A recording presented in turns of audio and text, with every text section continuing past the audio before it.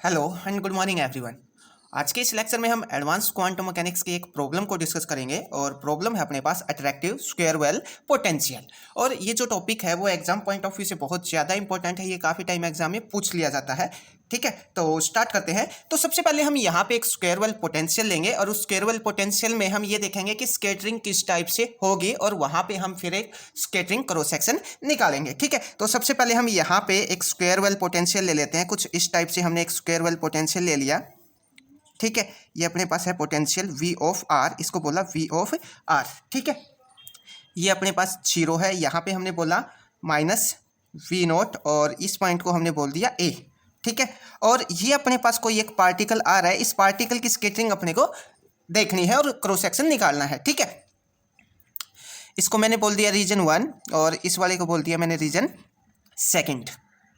और ये जो पार्टिकल आ रहा है उस पार्टिकल की एनर्जी हमने ये बोल दी। ठीक है, अब अगला क्वेश्चन ये है कि हमने ये पार्टिकल यहाँ पे क्यों नहीं लिया, इस पार्टिकल की एनर्जी यहाँ पे क्यों नहीं ली। तो अगर हम नीचे लेते तो अपने को यहाँ पे बाउंड स्टेट मिलती और बाउंड स्टेट के अंदर स्कैटरिंग नहीं होगी। ठीक है, इसलिए अपने को क्या चीज़ चाहिए थी, अनबाउंड स्टेट चाहिए थी ताकि अपने को स्कैटरिंग स्टेट मिल सके। ठीक है, अब मैं इसको देख के यहाँ पे पोटेंशियल लिखूँ तो पोटेंशियल क्या है अपने पास V ऑफ R। ठीक है, पोटेंशियल मैं यहाँ पे लिख रहा हूँ, पोटेंशियल माइनस V नोट है। माइनस V नोट पोटेंशियल कब है, जब इस A से R की वैल्यू A से नीचे है तब क्या है अपने पास V नोट पोटेंशियल है। तो यहाँ पे हमने लिखा R लेस देन है किससे, A से। इस टाइम अपने पास minus V naught potential, otherwise अपने पास पोटेंशियल कितना है यहाँ पे जीरो है, R ग्रेटर देन और इक्वल टू A। इस कंडीशन में अपने पास जो पोटेंशियल है वो कितना है, जीरो है। अब हम यहाँ पे किसकी बात करेंगे, वेव फंक्शन की बात करेंगे, वेव फंक्शन। और साथ में एक चीज और, जैसे ही ये पार्टिकल इस टारगेट पोटेंशियल से टकरा के या स्कैटर्ड होके इससे आगे जाएगा तो इस पार्टिकल का जो एम्पलीट्यूड है और जो फेज है उसके अंदर चेंज आएगा। ठीक है, और जो पार्टिकल इससे, हाँ ये अपने पास पोटेंशियल है, जैसे ही पार्टिकल इस पोटेंशियल से आगे जाएगा तो पार्टिकल का या जो वेव है उसका जो फेज है उसके फेज में भी चेंज आएगा और साथ में उसका जो एम्पलीट्यूड है उसके एम्पलीट्यूड में भी चेंज आएगा। मान लीजिए वेव इस टाइप से आ रही थी, जैसे ये टारगेट से आगे जाएगी तो हो सकता है ये ऐसे हो जाए। ठीक है, इसके एम्पलीट्यूड में भी चेंज आ जाए और साथ में इसका जो फेज है उसके अंदर भी चेंज आ सकता है। ठीक है, तो अब हम यहाँ पे क्या करेंगे, जो फेज डिफरेंस है फेज डिफरेंस निकालेंगे और फेज डिफरेंस निकालने के लिए हम यहाँ पे time dependent Schrodinger wave equation का यूज करेंगे। तो ये यहाँ पे हमने time dependent Schrodinger wave equation लिखी, del square psi plus 2m by H cut square E minus V, और v किसका फंक्शन है, r का फंक्शन है और इनटू में साई इक्वल टू जीरो। अब नेक्स्ट स्टेप में हम क्या करेंगे, ये जो डेल स्क्वायर है लैप्लासियन ऑपरेटर है, इसकी वैल्यू हम यहाँ पे पुट कर देंगे और इसकी वैल्यू कहाँ से कहाँ तक है, यहाँ से लेके यहाँ तक, ये कंप्लीट किसकी, लैप्लासियन की वैल्यू है। बेसिक क्वांटम मैकेनिक्स में हमने बहुत ज़्यादा इसको यूज किया है। तो 1/r square curly by curly r square curly by curly r plus 1/r square into में 1 sine theta curly by curly theta sine theta curly by curly theta plus 1 sine square theta curly square psi by curly phi square. ठीक है, plus में ये वाली जो term है वो हमने यहाँ पे एज इट इज लिख दी। यहाँ से लेके यहाँ तक डेल स्क्वायर की वैल्यू है अपने पास। अब मैं ये वाली जो टर्म है इसको थोड़ा सा छोटा करने की सोचता हूँ। तो ये वाली जो टर्म है इस टर्म को मैं क्या करता हूँ, माइनस एच कट स्क्वायर से मल्टीप्लाई कर देता हूँ और इसी टर्म को मैं माइनस एच कट स्क्वायर से डिवाइड कर देता हूँ। तो जैसे ही मैं इसको माइनस एच कट स्क्वायर से मल्टीप्लाई करता हूँ तो माइनस एच कट स्क्वायर से मैंने इसको मल्टीप्लाई किया और माइनस एच कट स्क्वायर से मैंने इसको डिवाइड किया। तो ये कंप्लीट वैल्यू किसकी आ जाएगी अपने पास, ये कंप्लीट वैल्यू आ जाएगी एल स्क्वायर की। ठीक है, ये कंप्लीट वैल्यू किसकी आ जाएगी, एच कट स्क्वायर मैं अंदर रखूंगा, माइनस एच कट स्क्वायर अंदर रखूंगा, 1 sine theta curly by curly theta sine theta curly by curly theta plus 1 sine square theta curly square by curly phi square, ये complete value हो जाएगी L की। ठीक है, तो मैं यहाँ पे लिख देता हूँ ये एल स्क्वायर इक्वल टू क्या आ जाएगा अपने पास, ये आ जाएगा माइनस एच कट स्क्वायर। ठीक है, 1 साइन थीटा करली बाय करली थीटा, ठीक है, और साइन थीटा करली थीटा और प्लस 1 साइन स्क्वायर थीटा और करली square by curly phi square. ये कंप्लीट वैल्यू किसकी हो जाएगी अपने पास, एल की हो जाएगी। तो यहाँ पे हम क्या रख देंगे, एल स्क्वायर रख देंगे, साई यहाँ पे इनटू में यहाँ पे साई हो रहेगा। ये साई हमने यहाँ पे एज इट इज, ये देखो ध्यान से, ये वाली टर्म हमने यहाँ पे एज इट इज लिखी, यहाँ पे एच कट स्क्वायर वाली और ये कंप्लीट टर्म को मैंने क्या लिख दिया, एल स्क्वायर लिख दिया। यहाँ पे ये जो साई था साई एज इट इज, और नीचे अपने पास क्या था एच कट स्क्वायर और आर स्क्वायर, वो हमने यहाँ पे एज इट इज ले लिया। और आगे की जो टर्म थी 2m by H cut square E minus V psi, ये वाली टर्म हमने यहाँ पे एज इट इज लिख दी। ठीक है, अब जब मैं एल स्क्वायर को इस साई के ऊपर ऑपरेट करता हूँ तो इसकी वैल्यू क्या जब एल स्क्वायर को मैं इस साई के ऊपर ऑपरेट करूंगा तो क्या मिलेगा, L into L plus one H cut square. Basic quantum mechanics में हमने इस चीज़ को कैलकुलेट किया हुआ है, ठीक है। तो डायरेक्ट इसका रिजल्ट यूज करेंगे। अब हमें क्या देखना है कि लो एनर्जी के ऊपर हम यहाँ पे बात कर रहे हैं, लो एनर्जी के ऊपर हम यहाँ पे बात कर रहे हैं। अब लो एनर्जी के ऊपर एल की वैल्यू कितना हो जाएगी, जीरो हो जाएगी। और एल की वैल्यू जब जीरो होती है तो इसको क्या बोलते हैं, एस वेव बोलते हैं, ठीक है। पार्शियल वेव मेथड के अंदर ये चीज़ हमने पढ़ी थी, ठीक है। अगर आप पार्शियल वेव मेथड का लेक्चर देखना चाहते हैं तो उसका लिंक आपको डिस्क्रिप्शन बॉक्स के अंदर मिल जाएगा। ये तो बात थी लो एनर्जी की, ठीक है। अगर मैं बात करूँ यहाँ पे हाई एनर्जी की, तो वो सब कहाँ पे चला जाएगा, रिलेटिविस्टिक केस के अंदर चला जाएगा, ठीक है। तो यहाँ पे ये जो एल स्क्वायर है, यहाँ पे मैं स्मॉल एल की वैल्यू अगर जीरो रखूँ तो ये कंप्लीट टर्म क्या हो जाएगी, अपने पास जीरो हो जाएगी। एल स्क्वायर की वैल्यू कितना आ जाएगी, जीरो आ जाएगी। तो ये वाली जो इक्वेशन है, इस इक्वेशन के अंदर एल स्क्वायर की ये वैल्यू जीरो हो जाएगी, तो ये कंप्लीट टर्म क्या हो जाएगी, जीरो हो जाएगी। बची हुई टर्म हमने यहाँ पे आगे ये लिख दी। ये वाली टर्म यहाँ पे एज इट इज उतारी, ये टर्म जीरो कर दी हमने, और ये वाली टर्म हमने यहाँ पे एज इट इज लिख दी। अब नेक्स्ट में हम क्या करेंगे, ये वाली जो टर्म है, इस टर्म का एक इक्विवेलेंट ऑपरेटर निकालने की कोशिश करते हैं। मतलब मैं इस टर्म को सोल्व करके कुछ इसका एक इक्विवेलेंट ऑपरेटर लेके आऊंगा, जिसकी वैल्यू मैं यहाँ पे रखूंगा, ताकि इस इक्वेशन को सोल्व करना थोड़ा सा सिंप्लीफाई हो जाए। तो हम यहाँ पे क्या करेंगे, लेट करेंगे कुछ, और लेट क्या करेंगे, जो साई ऑफ आर है इसको हम क्या मान लेंगे, यू ऑफ आर। जो यू है वो आर का फंक्शन है और डिवाइड बाई आर, ठीक है। ये वैल्यू मान के हम इसका इक्विवेलेंट ऑपरेटर निकालेंगे। और बेसिक क्वांटम मैकेनिक्स में हमने इस टर्म को काफ़ी टाइम सोल्व किया है, ठीक है। तो हम डायरेक्ट इसका रिजल्ट यूज कर लेंगे। तो ये वाली जो टर्म है, जब हम इसको सोल्व करेंगे तो जो साई ऑफ आर है इसकी वैल्यू मैं यहाँ पे रखूंगा, ये डेरिवेटिव सोल्व करूंगा। सोल्व करने के बाद अपने पास ये वाली टर्म आ जाएगी, एक सिंपल सा डेरिवेटिव होगा। तो ये वाली जो वैल्यू है, ये वाली जो वैल्यू है, इसकी जगह हम ये पुट करेंगे, ठीक है। एक बार फिर से दिखा देता हूँ। ये वाली जो इक्वेशन थी, यहाँ पे ये वाली जो टर्म थी, इसका हमने इक्विवेलेंट ऑपरेटर निकाला। इक्विवेलेंट ऑपरेटर की वैल्यू क्या आई है अपने पास, इक्विवेलेंट ऑपरेटर की वैल्यू ये आई है अपने पास, ठीक है।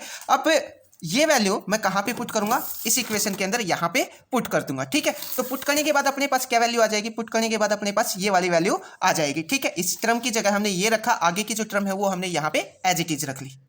अब नेक्स्ट स्टेप में क्या करेंगे, ये वाली इक्वेशन जो आई है, इस पूरी इक्वेशन को मैं आर से अगर मल्टीप्लाई करवा दूँ, तो आर से मल्टीप्लाई करवाऊंगा तो यहाँ पे भी आर आ जाएगा अपने पास, ठीक है। और यहाँ पे भी आर आ जाएगा। इस आर से ये वाला आर कैंसिल हो जाएगा, इस आर से ये आर कैंसिल हो जाएगा, अपने पास ये वाली इक्वेशन आ जाएगी, ठीक है। अब ये क्या है अपने पास, टाइम इंडिपेंडेंट श्रोडिंगर इक्वेशन है। किसके लिए, लो एनर्जी के लिए, लो एनर्जी के लिए, ठीक है।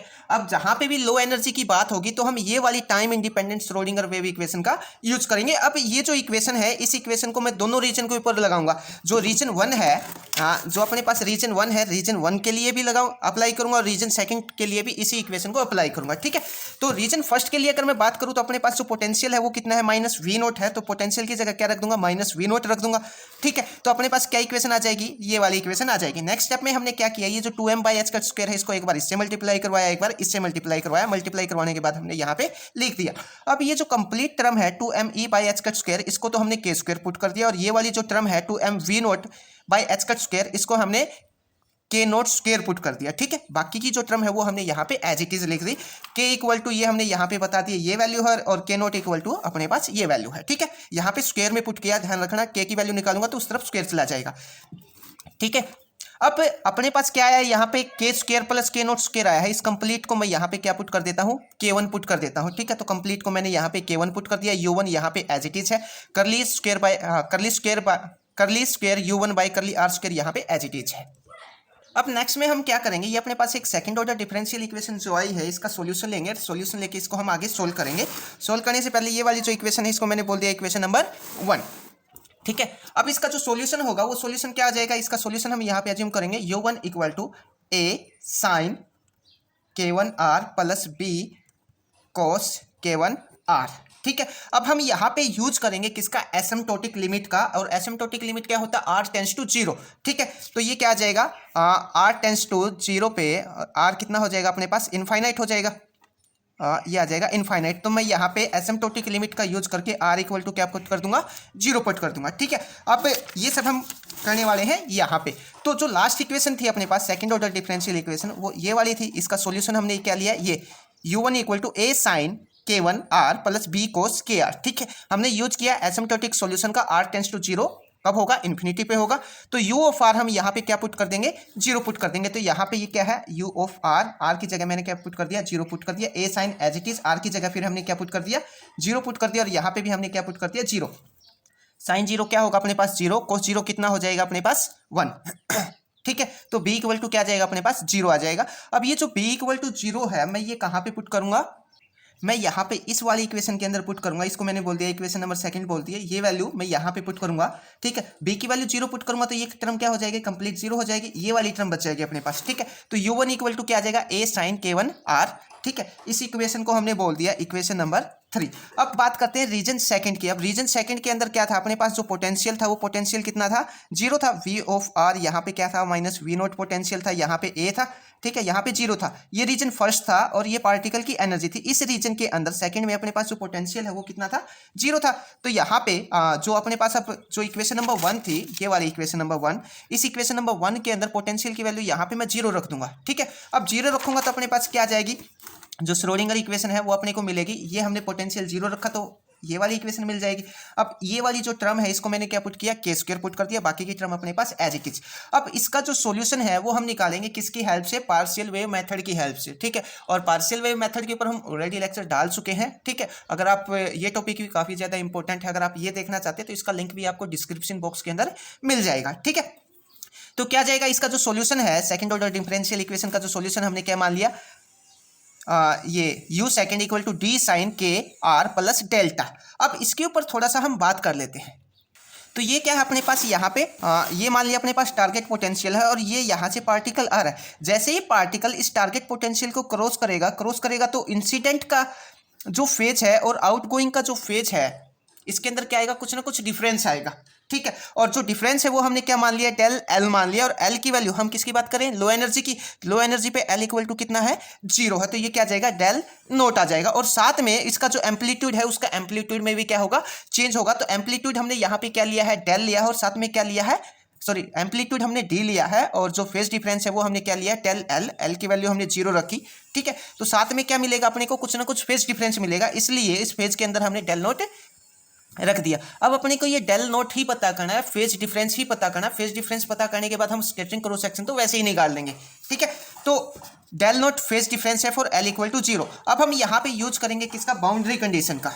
अब बाउंड्री कंडीशन का यूज करेंगे तो अपने को क्वांटम मैकेनिक्स के एक पोस्टुलेट का पता होना चाहिए। क्वांटम मैकेनिक्स कहती है कि अगर अपने पास वेव फंक्शन कंटिन्यूस है तो उसका जो फर्स्ट डेरिवेटिव है वो भी क्या होगा, कंटिन्यूस होगा। ठीक है, अगर वेव फंक्शन अपने पास कंटिन्यूस है तो उसका जो फर्स्ट डेरिवेटिव करूंगा वो भी क्या हो जाएगा, अपने पास कंटिन्यूस हो जाएगा। तो हम किसका यूज करेंगे यहाँ पे, बाउंड्री कंडीशन का। और बाउंड्री कंडीशन क्या है अपने पास, आर इक्वल टू ए के ऊपर, ठीक है, रीजन फर्स्ट और रीजन सेकेंड का वेव फंक्शन क्या हो जाएगा, सेम हो जाएगा। आर इक्वल टू ए के ऊपर, आर इक्वल टू ए क्या है, यहाँ पे।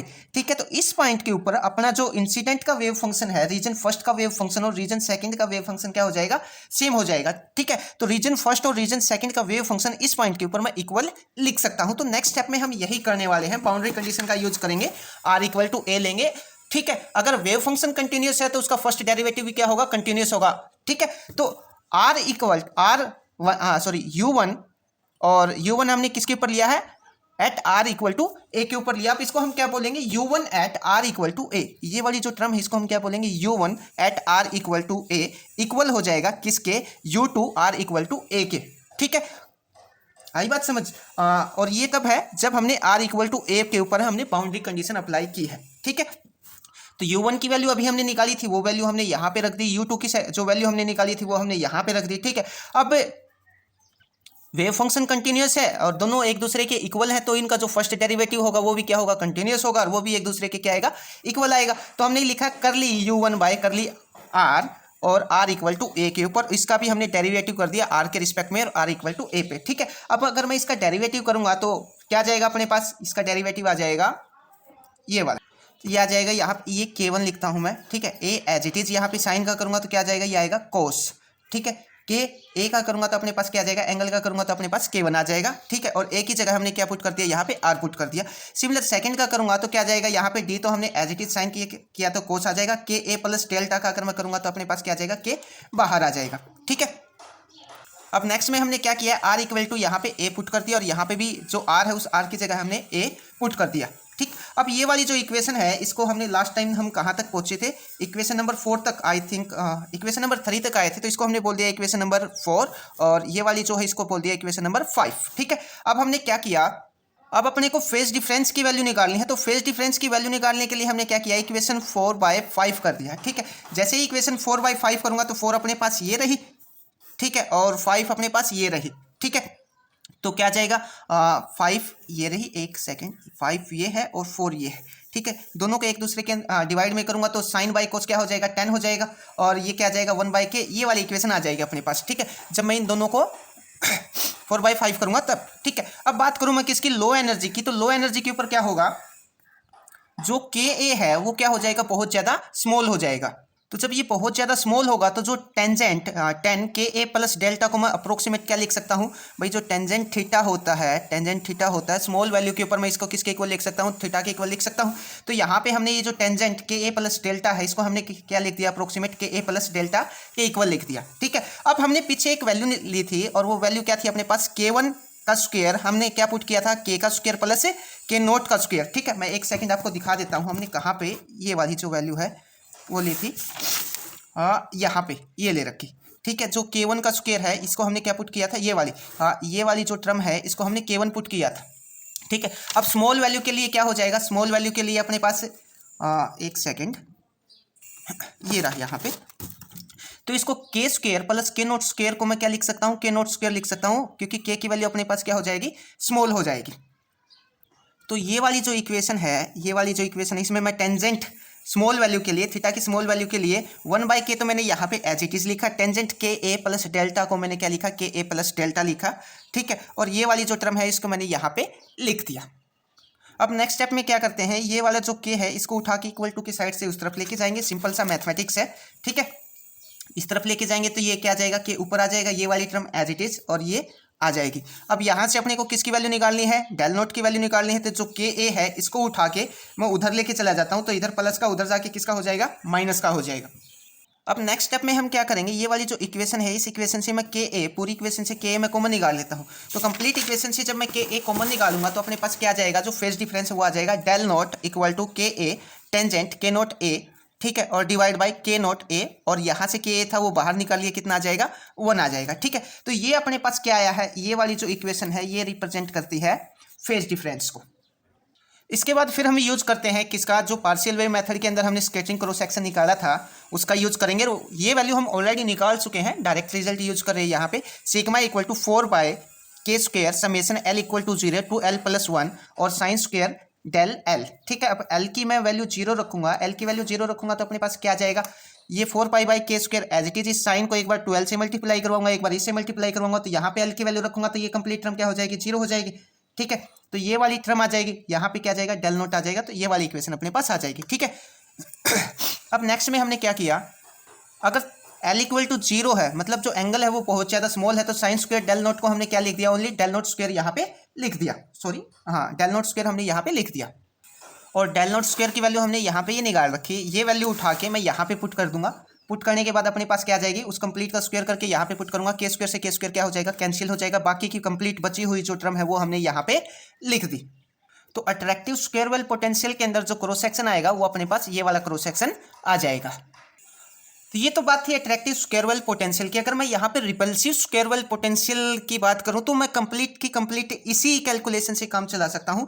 सिर्फ और सिर्फ जो आपने चेंज करना है वो चेंज क्या करना है, अपने पास जो पोटेंशियल था, पोटेंशियल हमने यहाँ पे क्या लिया था, V(r) इक्वल टू -V0 लिया था। ठीक है, अब अट्रैक्टिव स्क्वायर वेल पोटेंशियल में इसको क्या ले लूंगा, पॉजिटिव ले लूंगा, और ये r लेस देन क्या हो जाएगा, a हो जाएगा।